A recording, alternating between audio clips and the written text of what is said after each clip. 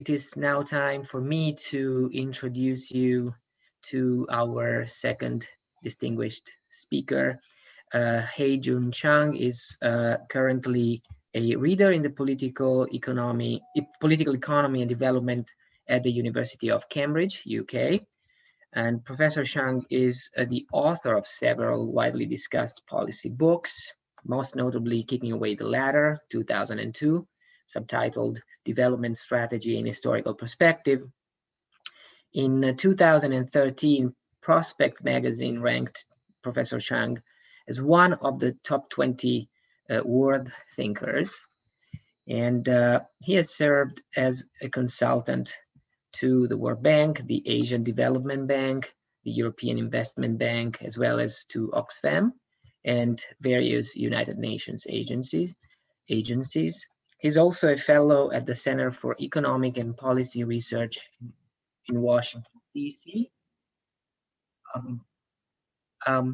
Sorry, there was an interference with he's a fellow at the Center for Economic and Policy Research in Washington, D.C., and he's also serving on the advisory board of Academics Stand Against Poverty. Professor Chang is talking today about the impact of COVID-19 on the global economic order. Thank you, Professor Chang, for being here.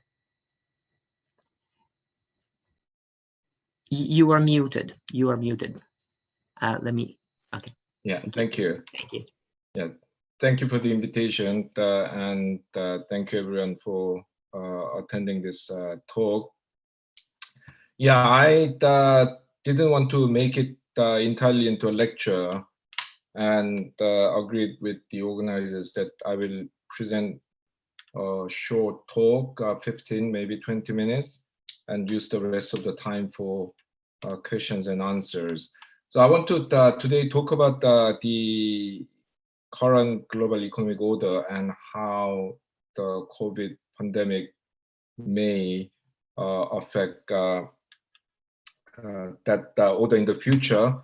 So to give you the context, today we have a global economic order based on this neoliberal views on the economy, the legal system. Professor Pister has talked about that, and social arrangements. Now, one important thing about this order is that it is insisting on applying one rule for everyone. In the name of level playing field, it is saying that, for example, if you are a member of the WTO, the World Trade Organization, you basically have to follow the same rule. I mean, there are minor exceptions for the poorest countries, known as the least developed countries, but that's about it. Now, while that is the theory, in practice, the rules are applied in such a way that the rich countries can get away with breaking rules. Especially the US has been ruled against that in the dispute settlement panel in the WTO, which that structurally is biased towards the rich countries, but it doesn't just follow the ruling. It just does its own thing, and I mean, it's a complicated story, but that basically doesn't stick to them. Even then, that President Trump was very upset that these multilateral organizations restrict the freedom of the US and have disengaged formally and informally from many of them.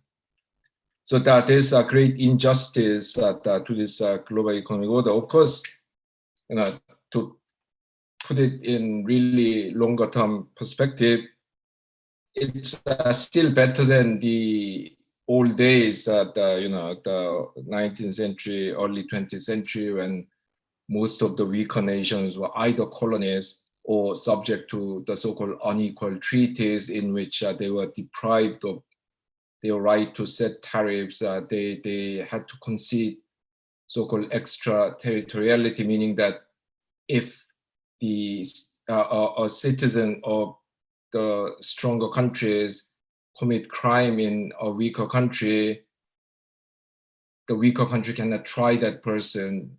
He or she has to be sent back home because it was declared that the standard of the legal system in the weaker countries are not up to scratch. There were a lot of consensus on the mining and other rights to exploit natural resources, territorial concessions, like the way Hong Kong was leased to Britain after the Opium War in the Nanjing Treaty.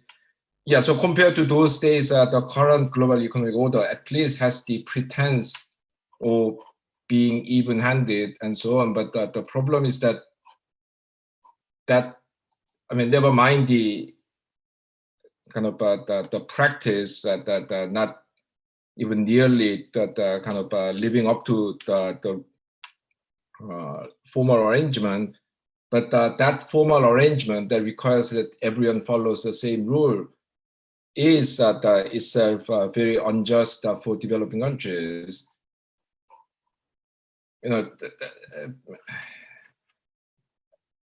it is put in terms of the level playing field, and that idea I think we need to fight, because you know, level playing field is fair only when the two teams are, I mean, similarly matched. Yeah. So yeah, in the World Cup, if the I don't know, the Brazilian national team attacks from up the hill and the Argentinian national team has to attack from down the hill, it is very unfair. You need level playing field, but I would say that the tilted playing field is a fair one when one team is the Brazilian national team and the other team is made up of 12-year-old girls. Yeah? So this the idea of having the same rule makes sense only when you have equal players. I mean, you might think I'm giving extreme example, but you know, in all kinds of sports there are structural barriers against the unequal players playing against each other. You know, there are age classes, gender division in many sports like boxing, wrestling, weightlifting, taekwondo, judo. You have the weight classes, and for example, in the lighter classes of the boxing, like featherweight, flyweight, the weight band is between 1.5 and 2 kilos. So in boxing, you think that someone who's 2 kilos heavier than someone else beating up the light guy is so unfair that you make it structurally impossible for these people to compete against each other. And in international trade, you think that Honduras of course should play by the same rule as Switzerland, you know, or that Guinea-Bissau has to achieve the same kind of the standard of, I don't know, intellectual property right protection as the United States and so on. So there are a lot of the big structural problems with the global economic order. But I think this corona pandemic is going to, especially in the longer run, have some significant impact on the current global economic order, basically because it's going to change the balance of power between the rich countries and the developing countries. And it's not simply because, you know, in economic terms, developing countries especially those in Asia and Africa, have suffered less from this pandemic and the consequent economic crisis than the rich countries, which means that their relative weight is going to increase, and that will give them more the influence in the construction, reform, and management of the global economic order. That is pretty straightforward, but there are other more subtle effects that I think will influence the way that in which the global economic order is going to operate in the future. Now, at a very sort of material level, I think that there will be some reorganization of global production as a result of this pandemic. Now, some people have talked about massive reshoring of manufacturing back to the rich nations. So now that we know relying too much on import is risky, especially if it comes from the potentially hostile nation like China. We are going to bring back production. There was a lot of talk of that in the beginning, but I think that for many countries it's a fantasy. You know, for countries like the US, the UK, France, deindustrialization, that is declining of manufacturing sector, has progressed so far. It has basically destroyed the ecosystem that you need in order to have a viable industry. So if the US wants to bring back the production of iPhone to the United States, it cannot just bring back the factory that assembles iPhone. I mean, it needs to bring back a whole host of supplier firms. It needs to create the necessary a new workforce that has the necessary skill. It has to create all kinds of supporting businesses ranging from logistics to business services. Yeah, I mean, technically that can be done, but it will be extremely costly to do that. So I don't think that kind of reshoring is going to happen much. However, there might be some attempt to diversify supplier sources so that these global supply chains become more resilient to shocks. But how that is going to unfold in which industry, into which countries, is not clear yet. It's something to watch, but that is difficult to predict. I mean, a lot of companies have, since the breakout of the pandemic, have talked about so-called China plus one policy. So for example, instead of supplying everything from China, you build another supplier base in Vietnam and so on. Yeah, for some things, this may be relatively easy to do and not too costly, but you know, there are the reasons why so many factories are in China. You know? So yeah, I mean, outwardly, Cambodia may have a wage level that is, I don't know exactly, but that 1/3, 1/4 of the Chinese level, probably even less. But firms don't go to Cambodia except to produce some very basic, very labor-intensive things, because there are problems with quality control. There are the shortages of skilled workers, the lack of infrastructure, and so on. So, you know, even this diversification is not going to be that easy. However, some of that will happen, and this might slightly change the geography of global production. But the more important at the level of ideas. More important changes are going to be at the level of ideas. First of all, a lot of developing countries have not only been bound by this the unfair global rules, but have also been kind of locked into this ideological cage. So part of it was that basically external pressure, the World Bank, the IMF, demanding that these countries use particular types of basically pro-market policies, and that basically people who argue against that those policies being marginalized, because when you advocate these kind of policies, there's no kind of money coming with it to make those policies feasible.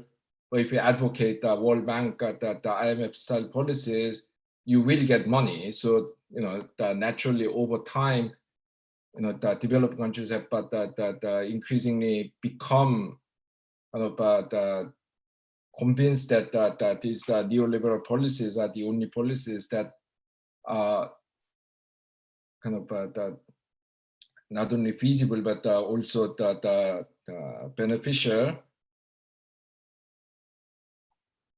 And yeah, I mean, the international investors behave in a certain way, international lenders behave in a certain way that basically pushes these countries to use the neoliberal policies, which are particularly bad for developing countries. I mean, these policies have been bad for even the rich countries, as we all know. I mean, the lower growth, the greater inequality, more political discontent, and so on.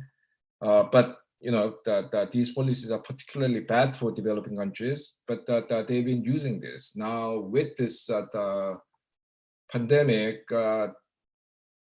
The legitimacy of these neoliberal policies, which had been already shaken a bit, less than what it should have been, but shaken somewhat as a result of the 2008 global financial crisis. But this time, every policy orthodoxy has been thrown out of the window because of pandemic management. And when you see the US government sending checks to supplement the incomes of low income and or unemployed people, when you see the UK government subsidizing 80% of the wages through the so-called furlough scheme, where the firms were encouraged to keep staff on the payroll, and on the kind of condition that the government pays 80% of their wages. When you see the German government scrapping the ceiling on the public debt and so on, you know that none of these policies that had been presented as something absolutely sacred, or actually no such things. So no doubt that when the pandemic's over, especially if it is brought under control soon, I mean, there'll be a huge kind of rollback, like what happened after the 2008 financial crisis. But at least one more time, the legitimacy of these neoliberal ideas have been shaken, and a lot of developing countries are realizing, well, that maybe these were not such sacred policies, and that will make them more aggressive in demanding reform of the global economic order. And yeah, that kind of basically talking back to the rich countries, saying, look, you guys have broke all these rules that were supposed to be sacred by the neoliberal orthodoxy, why can't we break it? Yeah.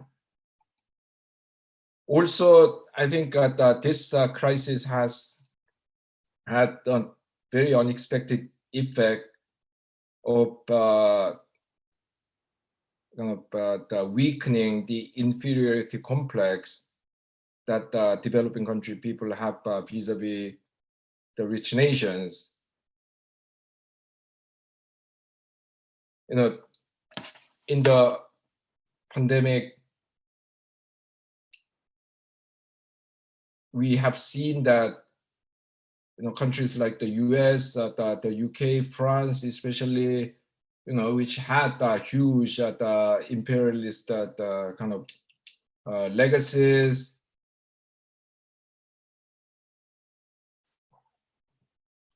telling other people that they are the models of that liberal democracy, paragons of that kind of high quality institutions, repositories of highest human culture. These countries have been exposed as being incompetent, and more importantly, totally callous in terms of the respect of human life and human rights. I just don't see how that these people can now talk about human rights and things like that when they have killed tens of thousands of people who could have been saved. In contrast, that many developing countries, Vietnam, Rwanda, very poor countries, the Mozambique, Tanzania, I mean, they have managed this the pandemic very well. And I think now people are beginning to see that, look, that actually is not always the case that, what the developed countries, the rich countries do is that better, they are superior to us. Now that they have seen that the emperor has no clothes, I think that this is going to change a lot of people's mind, and in the longer run, their approach to dealing with these the rich nations, these rich nations. I mean, there are some rich nations that have managed this quite well, but these are mostly kind of smaller countries with no imperialist history, or in case of countries like South Korea and Finland, themselves the victims of the colonization. So most of the countries that dominated the others, that presented themselves as the models of humanity, they will have very diminished moral authority when they try to lecture other countries in terms of the conduct of their the economic policy and the political system. So I think that we are, I mean, still in the middle of this pandemic, and therefore it's difficult to predict how these things are going to play out. But I think there are distinct possibilities that this pandemic might be a turning point in how the global economic order is going to be reformed and managed. Okay, let me stop there. I have spoken a little more than I had planned, but I hope there's sufficient time for some good discussion. Thank you. Thank you, Professor Chang. There is time for discussion and Q&A. I actually have two questions for you. And I will move into the questions without any Sure. further comments on my part. I do have some, but I don't want to take advantage of this. We have a question from Milena Ponchio, and she asks, the question now disappeared from my screen. I don't know why. There was exact. It's gone. Okay, the question disappeared, but Amanda Salgado has a question. Do you think that the coronavirus economic crisis reclaim another movement to the underdeveloped countries to centralize the national states in the same role against the structural phenomenon that you circle kick the ladder? All right. Huh. To centralize the national states in the same role. I'm not entirely sure that I understand this. The question.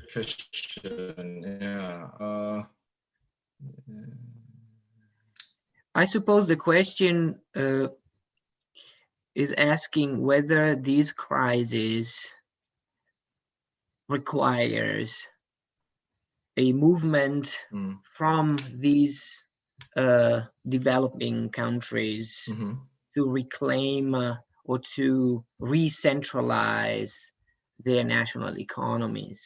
Right. Yeah, I suppose. It's probably, Okay, no, I think that this crisis at the national level has actually highlighted the need to create a more kind of egalitarian society. In the crisis, we have clearly seen that, in a situation like this, no one is safe unless everyone is safe.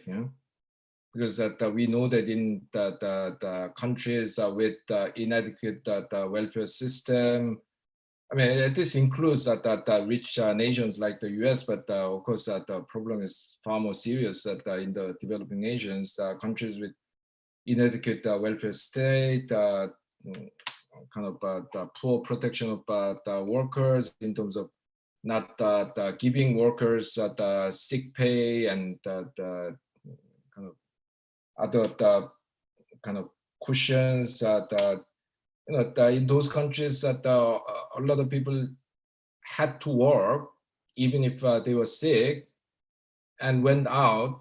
And in developing countries, many of those people had to be on the street to make the money to feed their family. And as a result, they became the spreaders of this disease.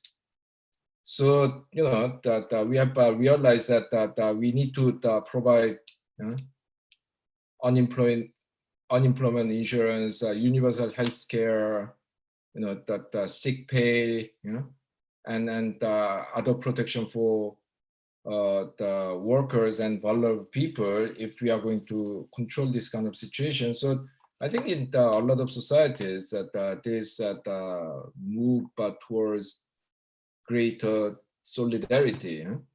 So, the build up the welfare state, the give protection to self-employed people who even in some rich countries are kind of not really covered very well by the welfare state. So I think at the national level, there's certainly there's a recognition of the need to kind of unified provision that provide access to essential goods and services, including healthcare to everyone. So I think that I mean, in that way, this crisis has, had some positive effect, I think. I understand. Yeah. We do have a question from Thomas Pogge. I suppose, Thomas, you could. Yeah, I can ask it myself. I should apologize. It was me who disposed of Milena's question because I can't type questions into the Q&A because I'm one of the speakers. So I tried to type an answer to her, but that made both my answer and her question disappear. Anyway, so her question was, will the vaccine race for COVID-19 be another way to kick the ladder for underdeveloped countries? Yeah, well, certainly. I mean, this is a very important issue because if we are to follow this WTO rule on intellectual property rights, basically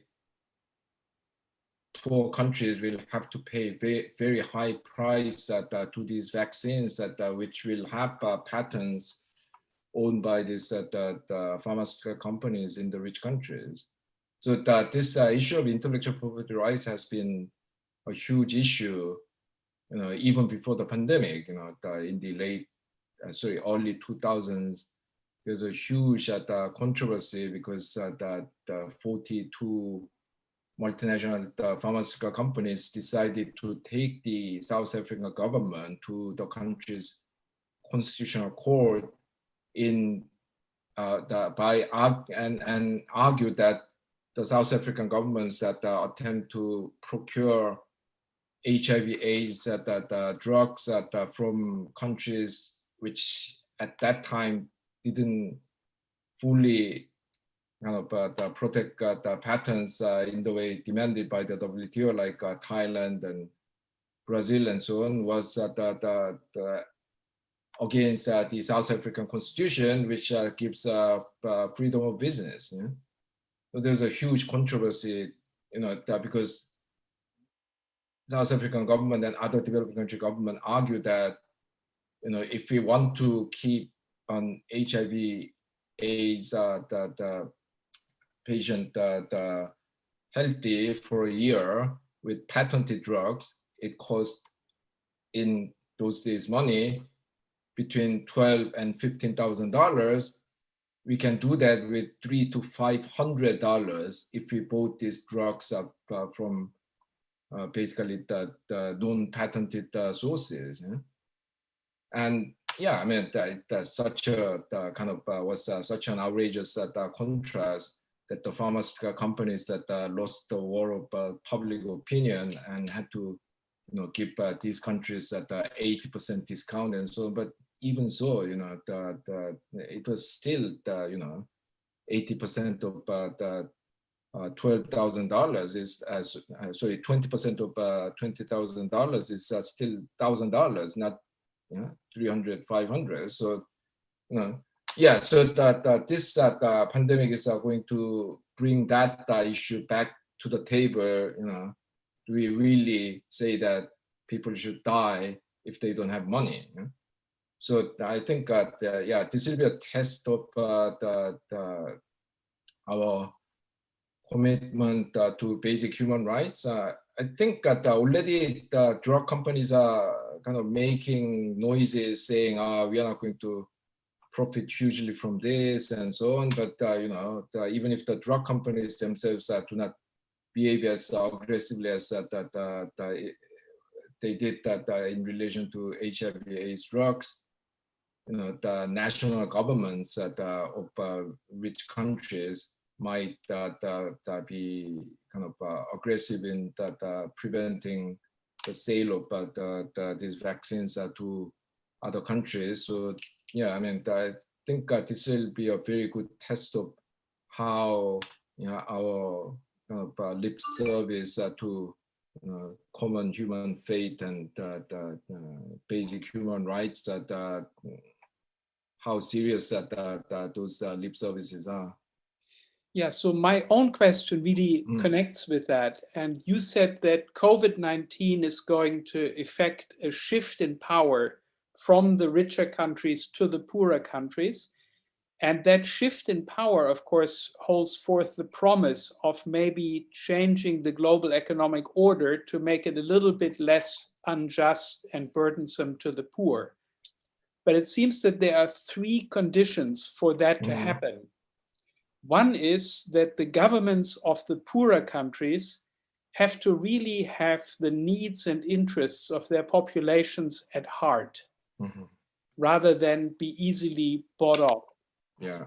Secondly, they have to collaborate, or at least the more they collaborate, the more they work together, the more power they can exert in international fora on rule making and rule design. And then thirdly, they also have to agree on an agenda. There are many ways in which the global order is unjust and burdensome. And if you fight all these battles at the same time, you are going to lose most of them. So it would be good to concentrate your forces on one or two things where the poor countries say, these are things that we absolutely want now. For example, intellectual property rights. But what I wanted to hear from you is something about the prospects of this sort of united front with a common agenda, and what you think should be the key issues that the South should raise. Yes. Yeah, no, of course, that cooperation among the weak is the main source of power for the weaker people. We've seen it in trade union movement and all kinds of other social movements. So cooperation is vital between developing nations, but of course it's easier said than done. I mean, partly because the developing countries, they are not the same. I mean, that the income gap between, say, the US and Mexico is actually a lot smaller than the gap between Mexico and, say, the Burundi. So in the big category called developing countries, you have all sorts of different countries wanting different things, needing different things. So that's one difficulty about forging a united front. But also the rich countries, is always been the strategy of the strong, the so-called divide and rule. So, for example, when the WTO ruled that this the Lome Convention that gave the special access to the European Union, special access to the European Union market to the so-called ACP countries, Africa, Caribbean, and Pacific. Basically, most of them were former colonies of European nations. I mean, the WTO that rule that is a preferential treatment that is not consistent with the WTO rules. What the EU did was not to negotiate it with all the ACP countries, about 90 countries together. The EU then said, yeah, we are going to replace it with another arrangement called the Economic Partnership Agreement, which is consistent with the WTO rules. But the interesting thing is that the EU didn't negotiate with all the ACP countries together this time. Yeah? It divided up these countries into like 7 different groups. Yeah? So East African group, Central African group, the Caribbean group. Yeah, suddenly, I mean, quite a powerful bloc of 90 nations was reduced to 9 countries here, 11 countries there. They were much weaker. Eh? So this divide and rule that goes on, making the United Front more difficult. So I think that I'm not a politician or an organizer of social movement, but these barriers need to be overcome. But yeah, I mean, I completely agree with you, Thomas, in saying that that focusing on a small number of key issues is important, because as it is that the developing countries have much poorer negotiation resources. So they really need to concentrate on a small number of things. They're gonna fight too many battles all at the same time. And yeah, I think that in this particular conjuncture, I mean, focusing on intellectual property rights, you know, this idea of, you know, people's vaccine, you know, however you may call it, is providing the focal point, but that we should use this pandemic and the need for affordable vaccines, use these to have a broader debate on intellectual property rights. Yeah? Because I mean, even in the rich countries, intellectual property rights are becoming actually obstacles rather than spurs to innovation and economic development. There's a lot of evidence for that, but especially when it comes to developing countries, it's a totally one-sided game. Huh? I mean, in trade in international trade in the goods, you know, even the poorest countries have something to sell. Yeah?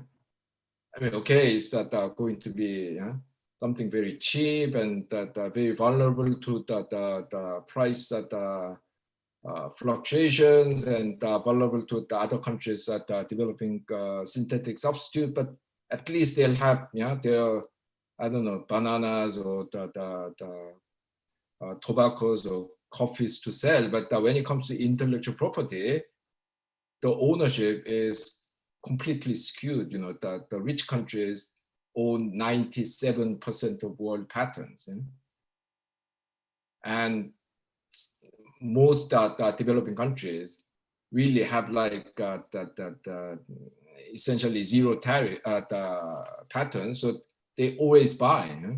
So this has to be taken into account, and the arrangement needs to be very different from, you know, the trade in the goods and services, especially goods.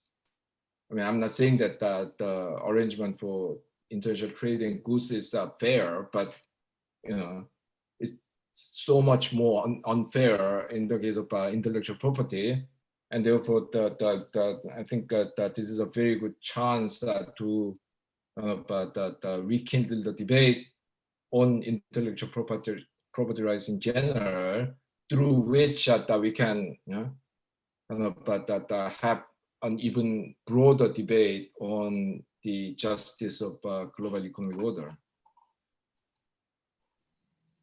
Thank you, Professor Chang. I have another question. I'm aware of time. I would say another maybe 5 minutes if it's possible. Yeah, sure. You do have another. Yeah, no, I need to leave at 4, maybe 1 or 2 minutes after 4. So, well, 4, that is my time. Another 7-8 minutes. Yeah, probably 7-8 minutes. Yeah. Excellent. So I have a question from Bruno Bastos de Oliveira, who congratulates for the lecture and asks, does the development project of countries like Brazil within an interconnected global order have a way of practically opposing the economic policies induced by developed countries? So this is specific about Brazil. Yeah, Brazil has gone through many different models. So there was the old-style so-called import substitution model, starting with Getulio Vargas in the 1930s and lasting until the 1970s. And then there was a period of kind of turmoil where it wasn't clear what the model was for about 10 years due to that crisis. And then Fernando Henrique Cardoso came in with a more neoliberal model. Of course, Lula and Dilma kind of moved it somewhat to the left, but the essential development model was the same, except that you had I mean, this is not trivial, but without touching the fundamental structure, you had those two presidents of the Workers' Party had introduced Bolsa Familia and other redistributive measures. But then now that we have that a regime, but President Bolsonaro, which is more or less trying to go back to the 1920s. Yeah? So, totally natural resource dependent. So, I mean, which the Brazilian model are we talking about? I mean, of course, that people have different assessment of these different models.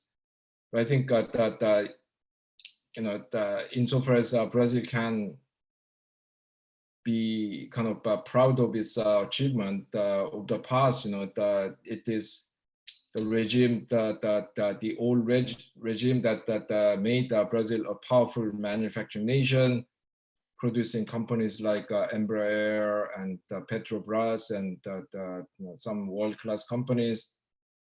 Since then, I mean, I'm sorry to say, but that even during the Workers' Party's rule, I mean, the share of manufacturing kept declining. Now it's barely 10% of GDP. I mean, at one point in the 80s, it was nearly 30%. Yeah?